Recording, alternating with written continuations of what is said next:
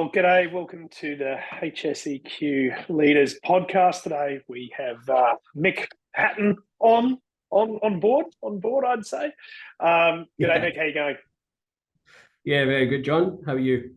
Yeah, good. Well, Mick, you were just saying before we started that you've listened to a few of these now. So I usually begin with tell us the cliff notes about who you are and how you got to where you are, mate. It's a funny one. I kind of maybe took a different direction from some of your previous podcast guys that have been interviewed. But mine's comes from I grew up in Scotland, a little country town called Moffat, which is in Dumfriesshire. I was I went to school, and I was pretty influenced. My dad had his own engineering business there, and he was running very successful. And I just wanted to have that little bit of.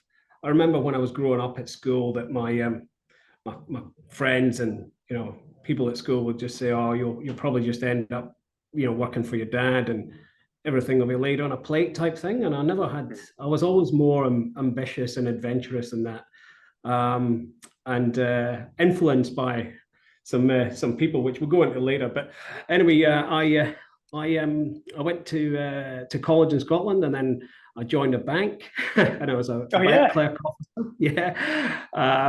Needless to say, after about a year of pushing pens and paper and sitting at a desk and filling cash machines and putting bank checks through machines and calculating things, I just didn't. I was 17. I was adventurous, and I just decided that I wanted to do something different. It was the time of Thatcher's Britain, where unemployment was high and there was hardly any work. So I probably made the wrong decision to leave the bank, because that was probably a good career. And my parents were very pleased when I went in, and not so pleased when I decided that I was going to leave and choose something completely different. So I joined the armed services, mainly because I felt that I could prove to others that I didn't need to rely on my family as such. I could make my own decisions, and I could go and shape myself and find out what the world's all about instead of just living in a small town in Scotland. And yeah, that was the plan, and off I went. And I learned to. It made me who I am. That's what I would say the biggest influence I had. I was lucky enough that I was very sporty at the time. I enjoyed a lot of outdoor activities, and that was pretty handy because a lot of it's outdoors and running around and doing things. But I actually was more of a sports person, and I loved training. I got into a real passion of training and things. So I used to play a lot of soccer, and played for the services when I was young to a good level. I used to love swimming, and I used to do swimming, and swam for the services in various different competitions across Europe, which was really great. Oh yeah, right. My speciality was front crawl, or freestyle, as you call it. Yeah. I'm not sure how fast I ever got to do 50 meters, but I believe it was under 30 seconds, which was quite an accomplishment at the time, I think. Yeah, absolutely. I mean, yeah. I mean, I used to row competitively, but I looked at my times to what the uni students and kids doing now, and you're like, Jesus, they just seem to get faster and faster every year, right? Yeah, and I had the traditional Scottish body, which is small, not very tall. So it didn't. By the time I jumped in, most people were finishing. But anyway, look, that was, and what I would say, is look at what advantages that life brings in your way, and seize them when you get those opportunities. And that's what I did. I used the services for sports and getting as much as I could out of it. And I love training, like I said. And I took an unusual part in the army. I became a nuclear, biological, and chemical warfare instructor. Yeah, right. Well, that's a strong safety background in there as well, mate. You know. Well, you don't muck around with nuclear weapons and chemical reactions and things like that. I remember on my 18th birthday celebrating in the gas chamber, and the instructors made me take my mask out and sing "Happy Birthday" to myself, which was not many people would have been in a gas chamber when they were 18-year-old. But anyway, so there's things that they challenge you around, and that was what I got out of the services. I did offshore sailing as well and diving, and I really got into my offshore type of thoughts. And when I left the services, which I did 6.5 years, I ended up doing some offshore work, which was offshore training and assessing. And I did small craft. I did sailing yachts. I used to race competitively. I loved racing yachts around the European circuit. Had a really great time doing that. I ended up in Kiel in the major Kielavoca competitions over there.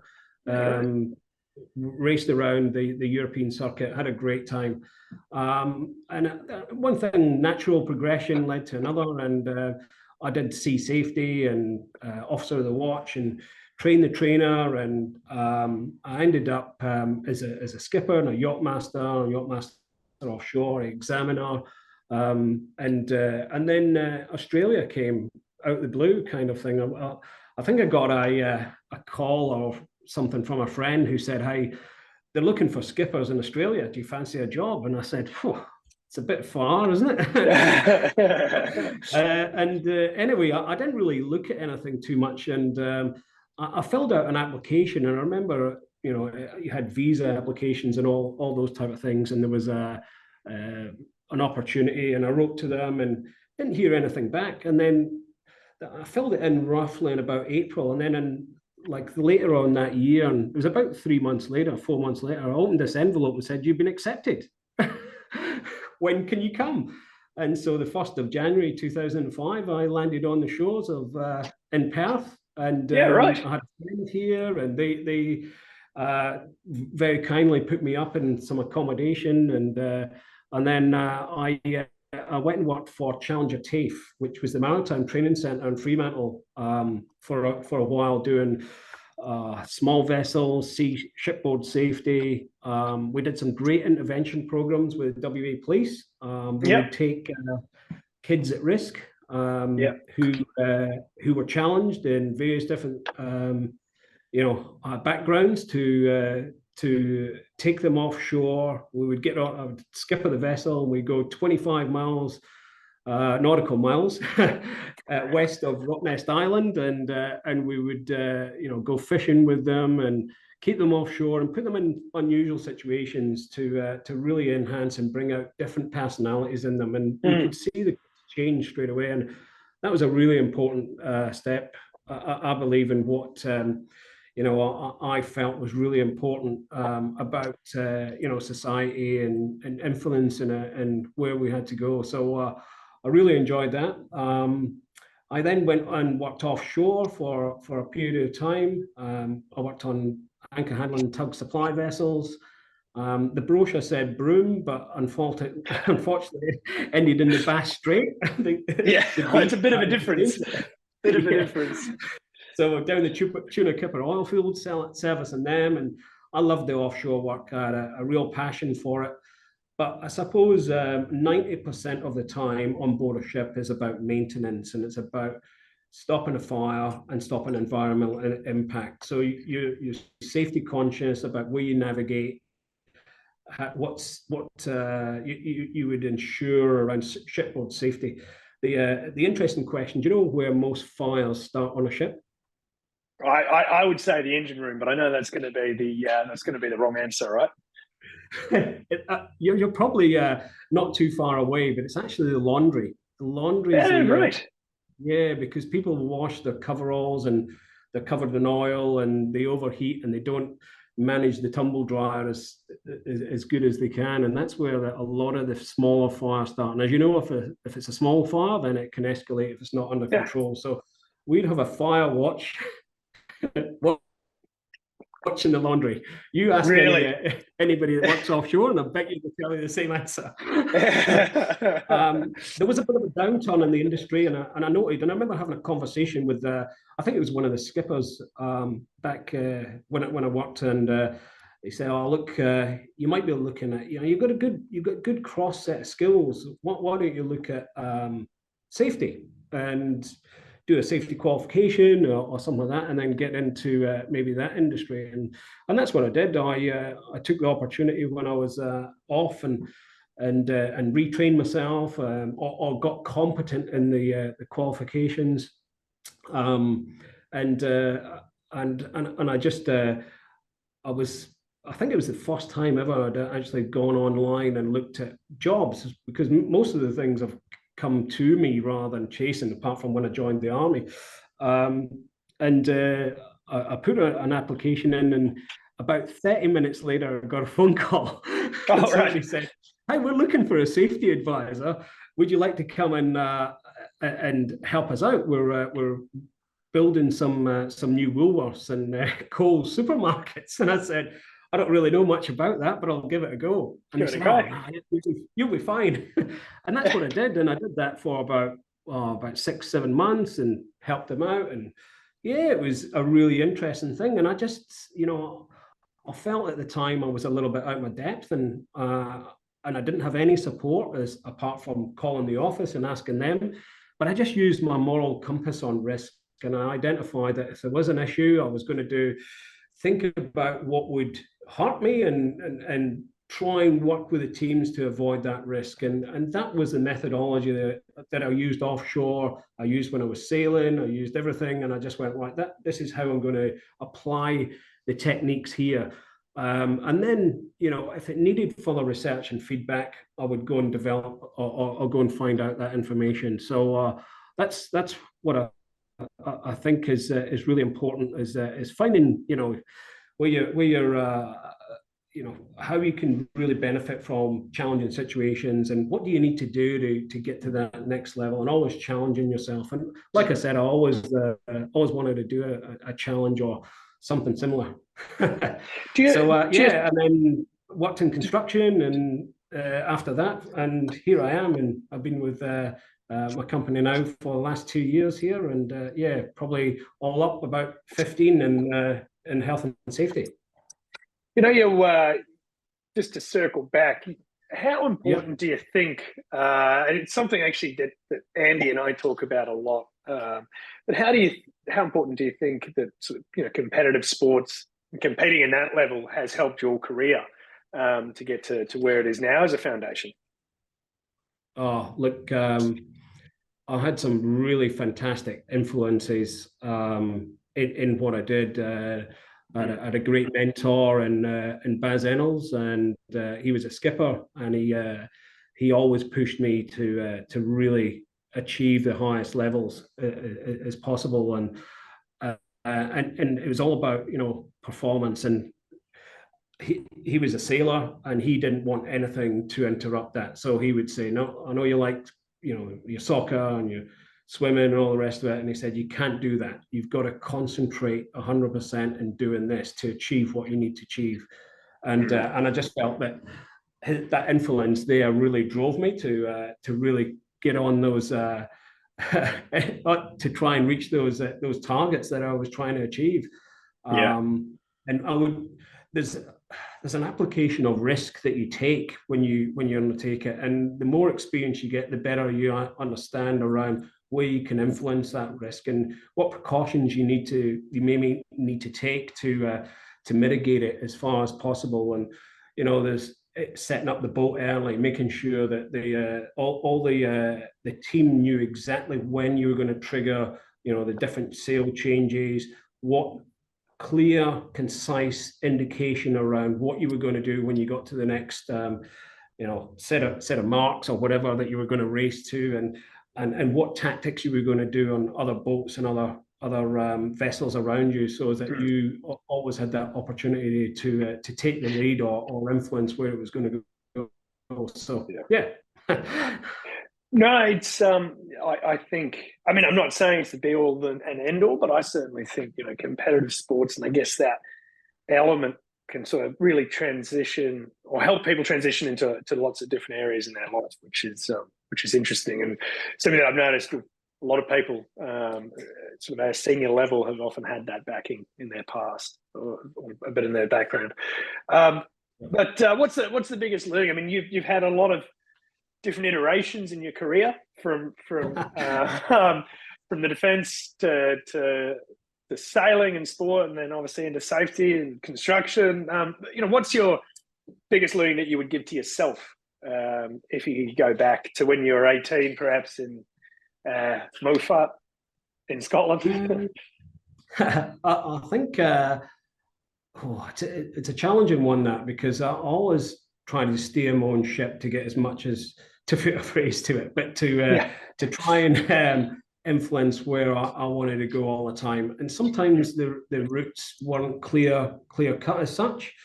But I think if you really have a lot of passion and motivation is really important to be successful. So I look at people that surrounded me, and I looked at what they did and how they influenced their own lives.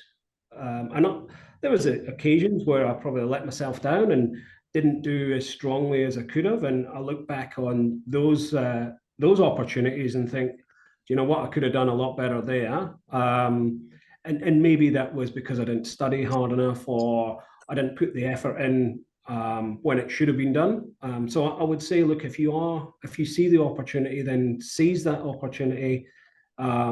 Get as much influence and help from others, and find good mentors. So, there was quite a lot of people out there that would maybe not see it from your perspective, and they would want to go out and party or some things like that. But if you had a real mentor that really wanted to push you, if you let them down, you were letting yourself down. And I found that that's the important part there, is that, look at what they are putting into you to really drive what you need to achieve for yourself as well. And I took that on board a lot of things that I do these days. Absolutely. I think that's an underrated thing as well. It's not letting yourself down. It's being aware of the other people in the team or your mentor that you're letting down as well, right? Yeah. Potentially. But you've developed. We've talked about this, right? You've hired and you've developed, safety professionals in the past. What do you look for people joining the industry when you hire someone in your team?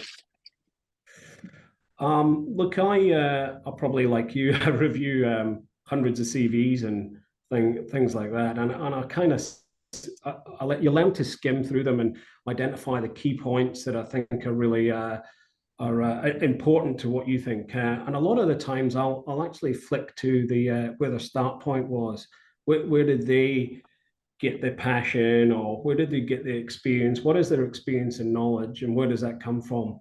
And then I tend to look at maybe what influences they've had. I find if people have come from, and there's a couple of sets of groups I'd like to talk about here without differentiating too much.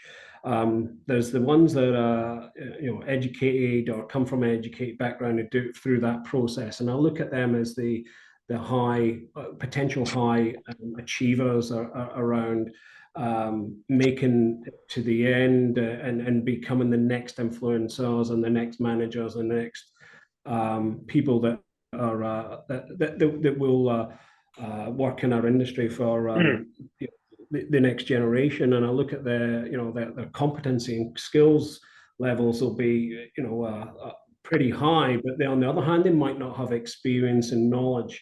So I look at what shapes them. So if they have been shaped by working in a heavy industry when they're growing up, so if they come from a country background, I know they'll have done hard work growing up in a country environment, similar to myself or someone, and you can tell if they're determined to improve themselves. But I don't want to stereotype that either, because I've met a lot of people that come from the city background who have just got as much emphasis and skill sets that the people who maybe used or worked off the land have done. So and then you've got your guys that maybe come from trades or service backgrounds or similar to some of the aspects that I see, and they've got different experience, skill sets that I think are they tend to look at it, and it's about how they influence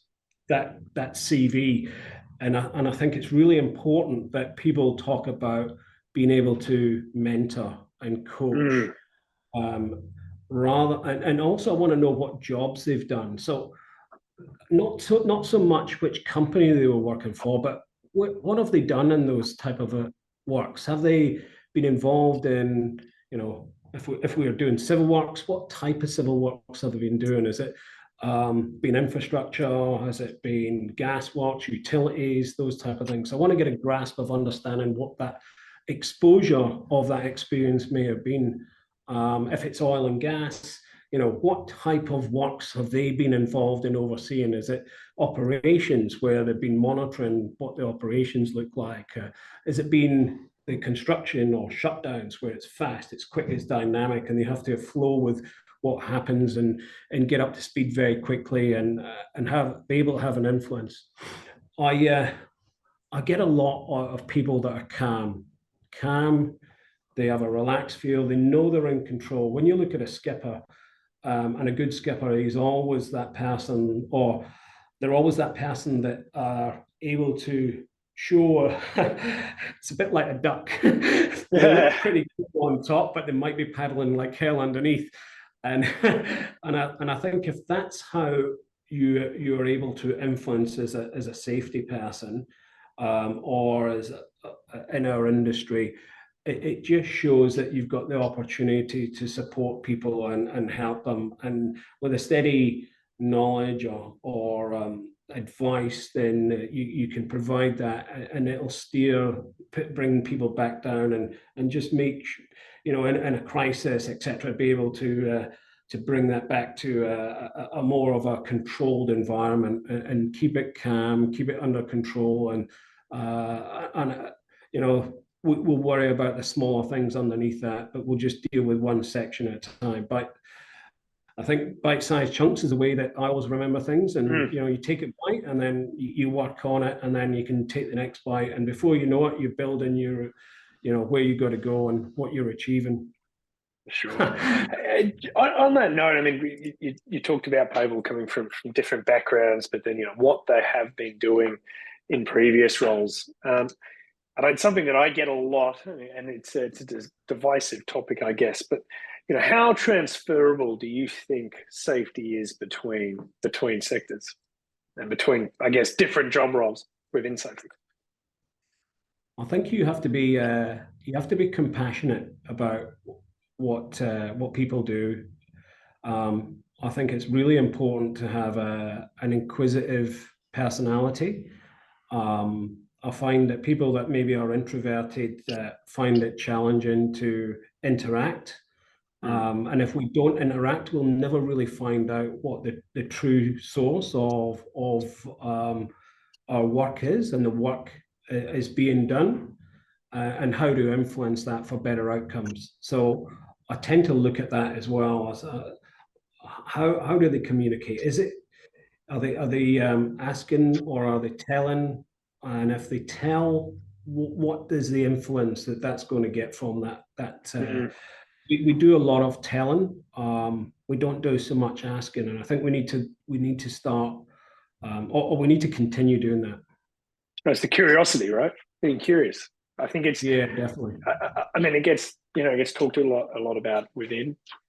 I'll give you an example, John. Please do. Come on, I really am interviewing now. Give me an example. Link it back to the question. Come on. I remember someone who I'd respect for, and a lot of influence, working for a lot of oil and gas, and coming from that background, and I brought them in to support us on some civil works. And the first thing that they were looking at was the signage and the information tags not there. And I said, oh, hold on a minute, let's ask the question. And I said to the operator, I said, what are you digging here? What are you looking for? I said, oh, look, we've got some services. We've got a gas line. We've got some fiber. We've got things there. That's why I've got the spotter. I said, how do you stop hitting these services? You know, how can you stop it? He said, look, we've got the plans. You want me to show you, Mick? I said, yeah. He said, there's where it is. Look, he's got the spotter there. We've marked it on the ground. It's 50 mil. I'm using a toothless bucket. I'm scraping away. We've done potholing to physically identify the service, and you can see it there. But you know, we're just scratching away 50 mils at a time to make sure that we're clear of it. If you didn't ask those questions, you'd never know. And that's the influence that you've got to have. So you didn't tell them how to do it. They told you. And in the back of your mind, you're verifying, yep, they've done the 5 Ps for utilities. They're looking, they've got the controls in place.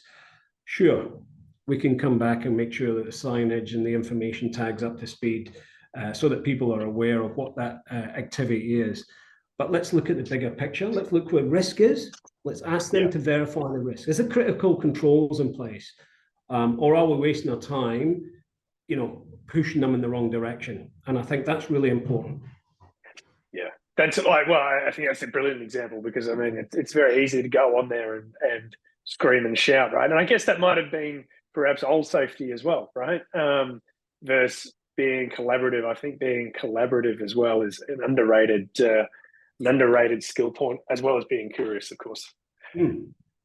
I'm conscious of your time, but mate, tell me, where do you think, we talk about collaboration, we talk about curiosity, where do you think the profession is going to go in the future? Near and far, for that matter. Yeah, look, I think there'll always be whatever they call this role. I tend to think it's well-being, risk, and assurance in the workplace rather than health and safety. I think safety is an outcome of what you're trying to do, is reduce risk to give you a safe outcome. So I think if we reshape some of that wording, now we talk about well-being, which is really important, because if you have somebody that maybe has a psychological condition around how they do their work, they may be uptight all the time. They may find it embarrassing to reach out and ask for support and help. And then if you have great improvements where we've had young kids on the job and they've been really shy, really, you know, challenging to work with. They may be you know, slightly aggressive or not used to taking directions, that type of stuff. And then over a period of time, when you model them and shape them to have that influence on how their work is done and drive that level, they can see it. And when they reflect back on that reflection, I think that gives them opportunity. And I've seen them grow and then become leaders, and you learn from them as well around how they perceive it and what they do. So I think whatever they call us in the future. Well, job titles are always changing, right? That's a recruitment and HR trick. Yeah, well-being is such an important factor. I spend a lot of time looking after the well-being of people, and that may be through just the influence around injury management or return to work, or maybe you know, from a non-work perspective as well, is helping them on that journey around, you know, mental health. And you know, I'm very compassionate around making sure people have got access and they know where to reach out to. I'm not the subject matter expert on it, but I want to be able to provide a breadth of knowledge to where people can find and reach out to find that. So I think agencies like the Mates in Construction, I know they're expanding at the moment to capture other industries as well, like they are over East. But these are great avenues for the industry that I've been in for the last 10 or so years, who support the teams on the ground, and it's peer on peer. A lot of them have come from that type of background, and they're here to support and help them. You know, and then you have your you know, your environmental. I don't know about you, John, but every tender I do these days comes in with ESG questions about what our how we're going to influence our supply chains and our subcontractors, etc. So you're going to have to look at a lot of aspects around how our work is done, not just from our perspective, but from our trading partners and our suppliers and our network there. And by asking some serious questions around what we need to do to meet acceptable compliance, because there's a few things in the future that will challenge us, whether they're influenced by governments or whether they're influenced by emerging industries. It's an exciting time, and it always is. And if you look at what that opportunities are, I think there's a various. I remember. I know there's a few influencers that have been in my life, mum and dad, my wife, obviously. I learned that from the last person to mention the wife. But there was, I mentioned Baz Reynolds, but Tony Whitcomb, Wade Needham, these are people that I aspired to when I was working with them at Samsung, and then on with Rand Goddard. So Rand Goddard, he came up, and he's a really influential young lad, and now I see him just exploring avenues or where things go in the future, and he'll be one of those people that will do safety differently. So yeah, there's I had a great mentor on one of my projects, Steve Kittle, and he was a director, and he was the first person that I really got to know that he believed that safety was part of everything that we do, and he would ask me questions. We would meet every time 7:15 in his office. He was very busy. That's why I think he wanted me in there at 7:15, and we'd meet every Thursday, and we would go through all the different approaches that we were going to do, what influences and what we did, and having his support was second to none. It was, if I was any influencer in a company now, from a director, I'd be leaning on the team that get the most influence from the board to the front line to see where the risk is and what we're going to do about it. And have we got the risk under control? What's our due diligence like? And really shape that to make sure that we're looking at things correctly. That's where I'll get a lot of influence from, and what I think the industry will be looking at. I agree. I also, I've been saying it for, probably at least a year now that ESG is going to morph more into HSE as well, of course, as the well-being component. I think that's, there's more and more things getting tagged on to the remit of a safety professional, and I guess the speciality of it as well. Yeah. Cool.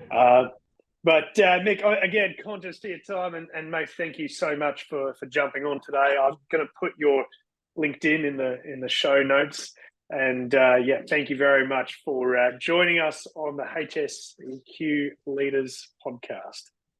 It's been a pleasure, John. Thanks very much, and thanks to Sundstrom for all the support.